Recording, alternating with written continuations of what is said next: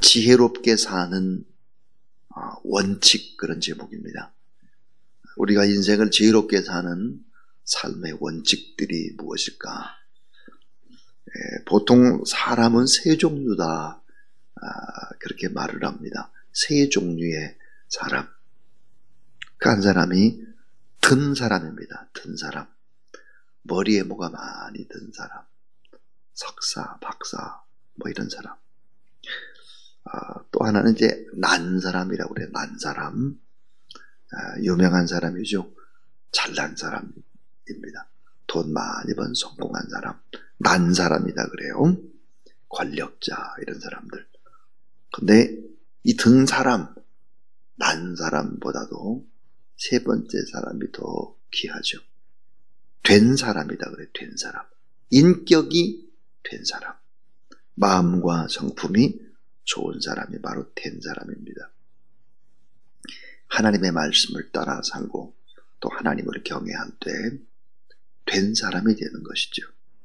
자, 지혜의 원천인 성경은 어디에서도 출세지상주의라든지 성공지상주의를 권면하는 하나님의 말씀은 한 구절도 없습니다.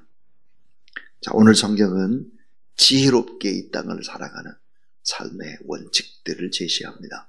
그 원칙들을 한번 잘 보시면서 나는 이 원칙대로 지금 인생을 살아가고 있나? 이 원칙에 벗어난 삶은 아닌가? 이런 부분들을 돌아보면 참 좋겠습니다. 자, 이제 첫 번째 원칙인데요. 불신자와 이 대인관계입니다. 이 불신자와의 대인관계에서 탐하지 말고 절제하라입니다. 자, 이 불신자와의 인간관계에 있어서 탐하지 말고 절제하라 그랬습니다. 오늘 이게 탐하다는 말 가운데 음식을 탐하다, 먹는 것을 탐하다, 권력을 탐하다, 물질을 탐하다, 이런 탐하다의 얘기가 계속 나오고 있죠. 2절, 3절, 6절에서 말해요. 근데 특별히 1절을 보면 내가 관원과 함께 앉아 음식을 먹게 되거든. 삼가 내 앞에 있는 자가 누구인지를 생각하며 내가 만일 음식을 탐하는 자이거든 내 목에 칼을 들 것이니라. 3절에 보니까 그의 맛있는 음식을 탐하지 말라. 그것은 속이는 음식이니라. 그랬고요. 6절도 보니까 또 그래요. 악한 눈이 있는 자의 음식을 먹지 말며 그의 맛있는 음식을 탐하지 말지어다 그랬습니다. 그런데 1절에서 관원이라고 하는 이 단어를 보면 높은 사람, 또 다스리다, 지배하다의 뜻으로 고위직입니다. 고위직에 있는 사람, 안 믿는 사람, 이런 사람들과 대할 때 어떻게 해야 될 것인가? 자, 성급하지 말고 경박하지 말아야 된다. 잘 이야기를 경청하라 얘기하고 있습니다. 먼저 나서서 그렇게 얘기하지 말고 잘 경청하라. 최고의 지혜가 뭘까? 하나님의 말씀을 경청하듯이 사람 얘기를 잘 듣는 것이다 그랬습니다. 왜 그럴까요? 여러분, 권세 있는 사람, 힘 있는 사람, 이런 사람은 바로 사탄이 힘 있는 자들 가운데 역사합니다. 왕이라든지 권세자든지 이런 사람들, 이 사단의 세력이 역사하죠. 수많은 함정과 장애물들이 숨어 있습니다. 깊이 생각해서 말하고 특별히 탐하지 말라, 부러워하지 말라, 음식을 탐하지도 말라. 그 음식은 우리에게 대접할 때는 속이는 음식이다 그랬습니다. 자, 6절을 보면 뭘 알 수 있는가? 신앙이 없는 자의 대접은 공짜가 없다는 것입니다. 자, 신앙이 없는 사람의 대접, 공짜 없다는 거죠. 자, 세상에는 공짜가 아무것도 없다 그랬어요. 세계적인 아주 음악의 지휘자죠. 지휘자인 카라얀 같은 경우는 무슨 얘기를 하고 있는가? 인생은 선택이다. 인생은 다 가질 수가 없다. 한쪽은 버려야 되는 것이다.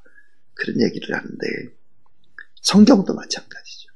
하나님을 먼저 선택하라. 그렇게 얘기를 합니다. 자, 여러분, 탐심이 왜 나쁜 것일까? 성경에 보니까 10계명 가운데 10번째 계명입니다. 탐심이 바로 우상 숭배이기 때문이죠. 그래서 불신자와의 대인 관계에서 탐하지 말고 언제나 절제하고 그들이 하는 말을 잘 경청해라. 특별히 먹는 문제에 있어서 탐하지 말아라. 그렇게 얘기를 하고 있습니다. 자, 두 번째 삶의 원칙입니다. 자, 돈을 사랑하는데 빠지지 말라. 돈 사랑에 빠지지 말라는 거예요. 오늘 8절 말씀, 부자 되기에 애쓰지 말고 내 사사로운 지혜를 버릴지어다 그랬습니다. 이 사사로운 지혜가 뭘까? 이 매주의 뒤에 주석을 보니까 이 사사로운 지혜를 꼼수나 아주 비겁한 방법에 능숙한 그런 방법들을 얘기하고 있습니다. 자, 내 사사로운 지혜, 하나님을 경외하는 지혜가 아니라 아주 꼼수를 부리거나 비겁한 방법에 능숙한 이런 방법으로 돈을 모으려고 해서는 안 된다. 돈을 사랑함이 일만 악의 뿌리다. 그렇게 이제 디모데전서 바울이 이야기하고 있습니다. 근데 5절을 볼 것 같으면 내가 어찌 허무한 것에 주목하겠느냐. 정령이 재물은 스스로 날개를 내어 하늘을 나는 독수리처럼 날아가리라 그랬습니다. 이 돈에는 날개가 달렸다는 거예요. 그래서 보니까 독수리처럼 어때요? 낚아채가지고 날아간다. 사기당하기 쉽다는 거예요. 돈은 날아가기 쉽다. 그래서 이 땅에 오직 단 한 번의 삶인데 너무 땅에 있는 것을 쫓지 말아라. 이 세상의 삶을 살아가는데 재물은 꼭 필요하다.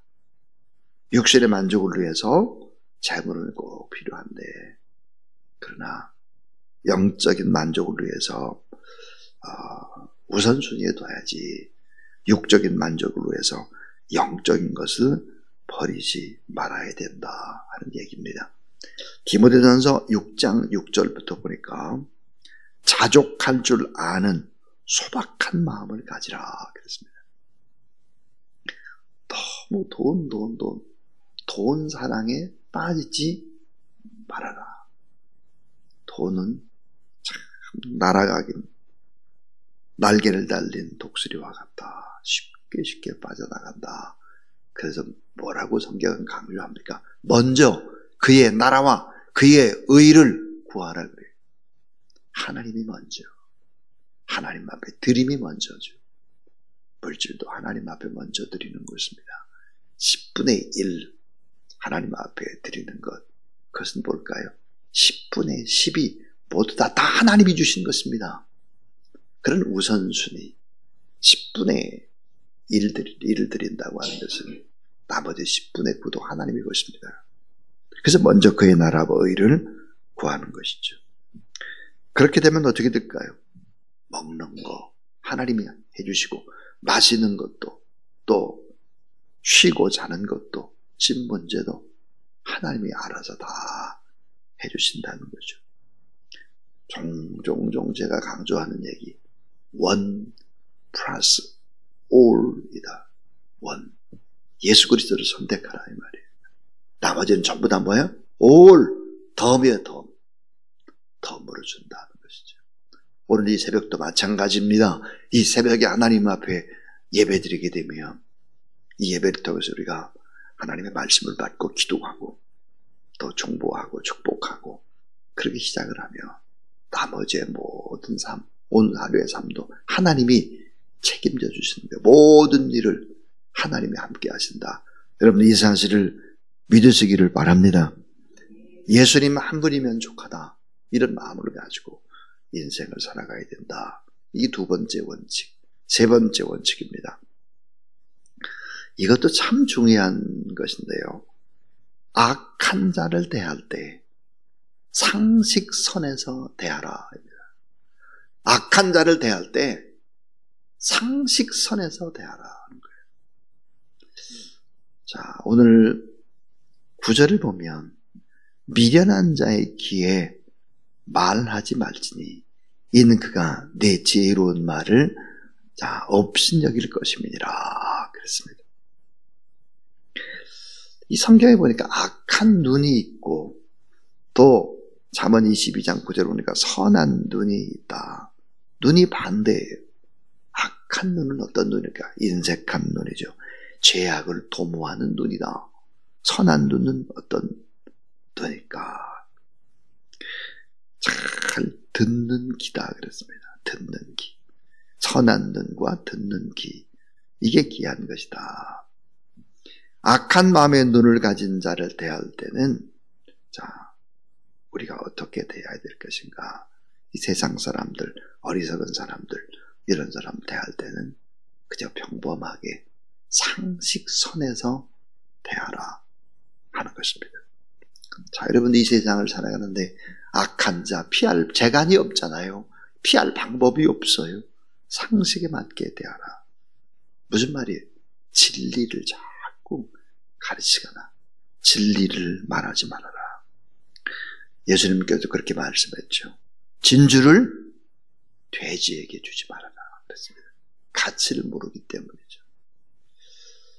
사도 바울은 로마서 9장 1절에서 3절 속에서 복음을 대적하고 회방하는 유대인들을 만날 때 자꾸 복음을 전가하지 말고 미련 없이 발에 먼지까지 털어버리고 그냥 돌아서라.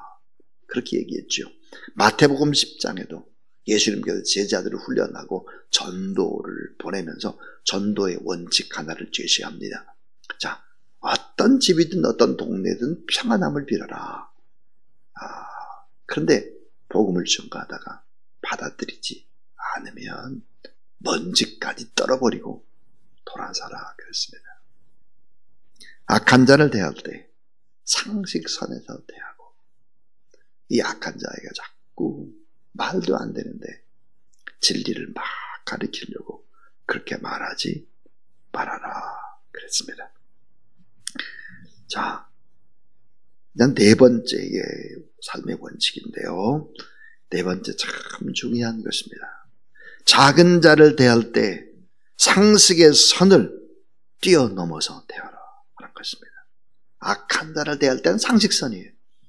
근데 작은 자를 생각할 때는, 대할 때는 상식을 훌쩍 뛰어넘는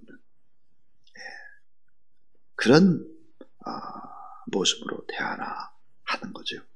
자, 10절 말씀을 한번 보세요. 옛 지계석을 옮기지 말며 고아들의 발을 침범하지 말지어다 그랬습니다. 옛 지계석이 뭘까? 옛 경계의 돌입니다. 경계의 돌. 이게 뭘까? 고아의 밭을 침범해서는 안 된다. 아버지 없는 고아의 땅이라고 해가지고 경계석을 막 옮기고 내 것으로 막 옮겨가지고 뺏고 이렇게 해서는 안 된다. 함부로 빼어서는 안 된다. 특별히 작은 자, 아픈 자, 병든 자, 그런 대표격이라고 할 수 있는 고아. 힘없는 자를 짓밟는 것은 심판을 자초하는 자살행위다. 성경입니다. 힘없는 자를 짓밟는 것은 심판을 자초하는 자살행위와 같다 하는 거죠. 자, 11절을 보시면 또 구체적인 얘기들이 나오고 있어요. 대저 그들의 구속자는 강하시니 그가 너를 대적하여 그들의 원한을 풀어주시리라 그렇습니다. 참 중요한 이야기인데 우리가 어때요? 자꾸 작은 자, 돈이 없는 자, 병든 자, 내게 갚을 것이 아무것도 없는 사람들, 그런 작은 자를 자꾸 섬기라는 거예요. 그럼 무엇입니까? 작은 자를 섬기고 구제하고 그렇게 되면 작은 자는 받은 은혜와 사랑을 갚을 길이 없잖아요. 갚을 길이 없으니까 받은 건 너무 많은데 갚을 길이 없으니까 이 작은 자, 아무것도 없는 자 같아요. 받은 자를 위해서 기도를 하는 것입니다. 이 작은 자가 내게 뭔가를 베풀어준 사람들 위해서 간절히 기도할 때 하나님이 어때요? 응답이 빠른 거죠. 그래서 신명기 27장 19절에 보니까 객이나 고아나 송사를 억울하게 하는 자는 저주를 받을 것이다. 할 것이요. 모든 백성은 아멘할지니라 그랬어요. 자, 객이나 고아나 송사를 억울하게 하는 자는 저주를 받는다 그랬어요. 그러니까 힘없는 자를 짓밟는 것은 심판을 자초하는 자살행위다. 작은 자를 섬기고 구제하라. 작은 자는 받은 은혜와 사랑을 갚을 길이 없으니까 내게 도움을 준 사람을 위해서 기도하면 하나님이 반드시 응답 주시겠다는 거예요. 반드시. 그러니까 많이 나누고 베풀고 섬기고 그렇게 해야지 자꾸 돈을 쌓아놓으려고 움켜쥐고 뭐 한다고 해가지고 부자가 되는 것이 아니라 독수리가 물고 날아가는 것이다 그랬습니다. 자, 마지막 5번째예요. 전심으로 지혜를 구하고 채찍으로 훈육하라. 이게 자녀 교육이에요. 이 부모된 우리가 전심으로 지혜를 구하라. 그리고는 자녀들을 채찍으로 훈육하라 그랬습니다. 자, 12절 말씀을 보면 훈계에 작심하며 지식의 말씀에 귀를 기울이라 그랬습니다. 자, 훈계를 내 마음에 받아들이고 지식의 말씀에 바로 이제 귀를 기울여라. 그러니까 전심으로 지혜를 구하라. 하나님 앞에서 기도하라. 그리고는 채찍으로 훈계하라. 그렇습니다. 13절 말씀 한번 같이 읽죠. 13절 자 시작. 아이를 훈계하지 아니하려고 하지 말라. 채찍으로 그를 때릴지라도 그가 죽지 아니하리라. 채찍으로 그를 때릴지라도 그가 죽지 아니하리라 그랬습니다. 그래서 결국은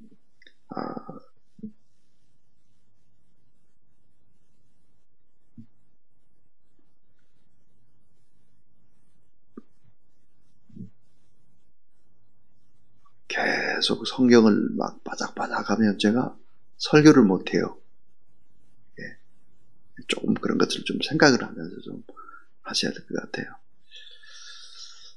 제가 원고를 다 쓴 것이 아니고요. 큰 줄거리를 요약해 왔습니다. 그러니까 여러분이 저하고 같이 호흡을 하지 않으면 안 돼요. 제가 설교를 할 때만 바스락바스락 하거나 또 막 이렇게 하시면 제가 설교를 더 이어가질 못해요. 그러니까 여러분이 도움을 주셔야 합니다. 5번째는 전심으로 지혜를 구하고 채찍으로 훈육하라 그랬습니다.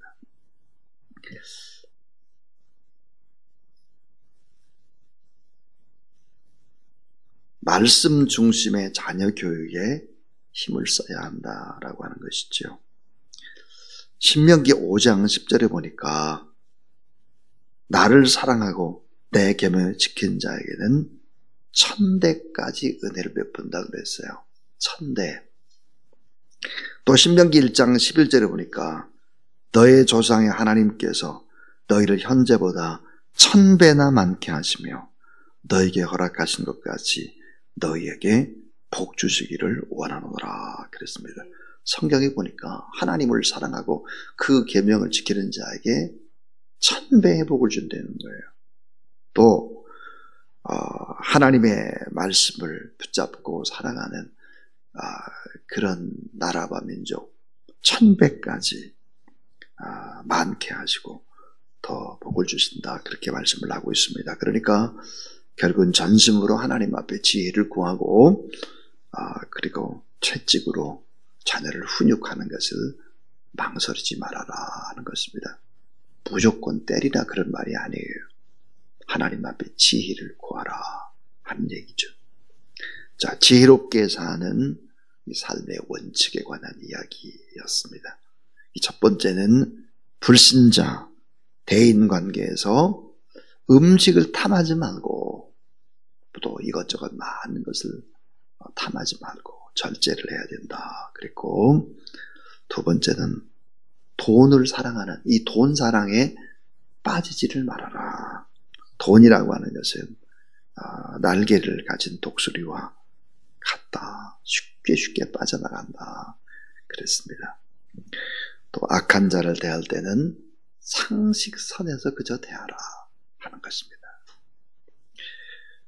악한 자는 그렇게 대하고 작은 자를 대할 때는 상식의 선을 훨씬 뛰어넘는 많은 부분들을 나누고 베푸는데 인색하지 말아라 하는 것이었습니다. 그리고 전심으로 지혜를 구하고 채찍으로 훈육하라 그랬습니다. 이렇게 할 때 1000배까지 은혜를 베풀고 1000배의 복을 하나님이 반드시 주시겠다 그랬습니다. 여러분의 인생을 다 살고 난 다음에 내 인생을 돌아봤더니 정말 내가 1000배의 복을 받았다. 이런 고백이 있게 되기를 주님의 이름으로 축원합니다. 361장입니다. 찬송 300.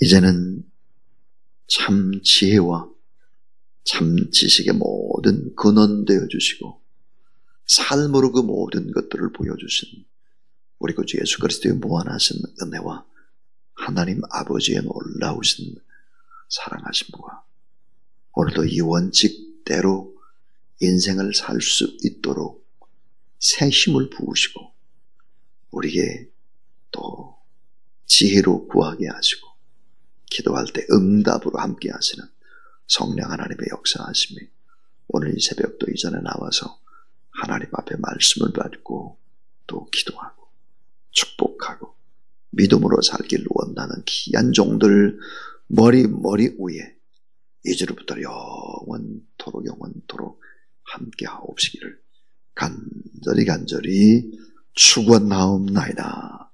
아멘.